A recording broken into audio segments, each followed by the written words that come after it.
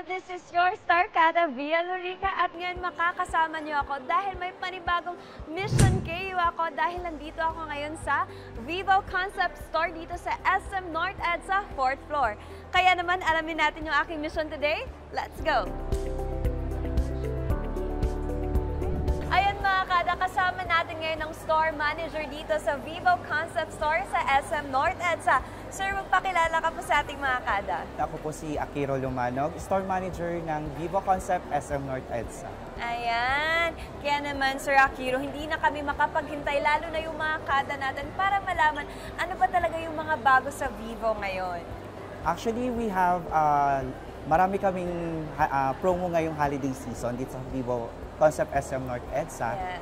Meron kami ngayon yung Y03T, which is yung entry level namin, and Y18 available rin dito sa amin.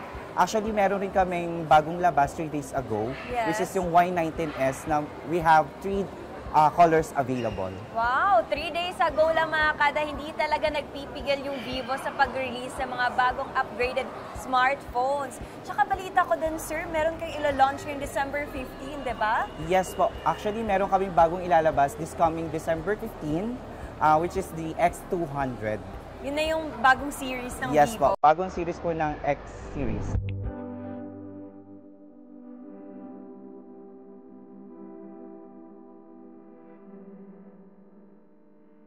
Ate Meren, ano ba yung mga nagustuhan mo sa Vivo po? Actually, maganda yung Vivo niya, yung yung quality niya, yung camera niya, super liwanag.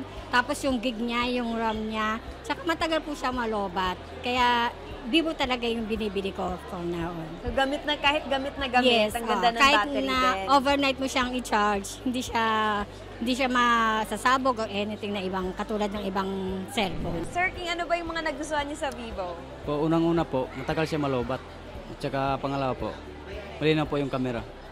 Gustong-gusto mo yung quality ng camera at saka yung battery. Opo. Kasi marami din talagang nagsasabi na matagal talagang malowbat yung Opo, Vivo. opo. Nag-gaming ka po din po ba, Sir King? Oo, minsan po. Kaya gamit na gamit mo tong Opo, Vivo opo, ngayon. Ayan. I bought Vivo smartphones kasi mahilig ako mag-post sa social media, mahilig ako mag-take ng pictures, mag-take ng videos.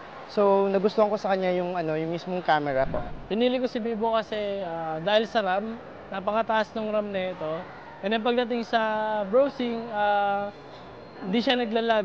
Even magbukas ka ng mga multiple application. And then pagdating naman sa gaming is napaka-smooth at hindi nagpe-freeze yung nilalaro mo. Even kahit matagal ka nang nakababad sa paglalaro. Ang nagustuhan ko kay Vivo una, napakaganda ng design niya. So, very unique yung style ng design ng Vivo smartphone. At the same time, mabilis na rin po siyang mag-charge. Isa sa mga nagustuhan ko kasi ayokong naboboring ako mag-charge. Malaki na rin yung battery niya, matagal malowbat. Ayan, 5,000 mAh. Talaga magugustuhan niyo. Ibang klase talaga ang Vivo mga Kada at sigurado akong excited na kayo sa paglabas ng bagong Vivo X200 series. I want to invite everyone to come and visit us here at Vivo Concept SM North EDSA. And para makita nyo po ang holiday promo namin ngayon, this coming December 15, meron po kaming bagong lalabas na unit, which is the X200 series. Come and visit us here and check our official Facebook page, Vivo Concept SM North EDSA. Grabe mga Kada, diba? Sobrang ganda ng mga bagong features ng Vivo. Kaya ano pang hinihintay nyo? Mag-Vivo na kayo, lalo na sa holiday season, pang regalo o pang personal nyo na regalo sa sarili nyo. Once again mga Kada, this is your star Kada Via Lorica para sa Mission KU.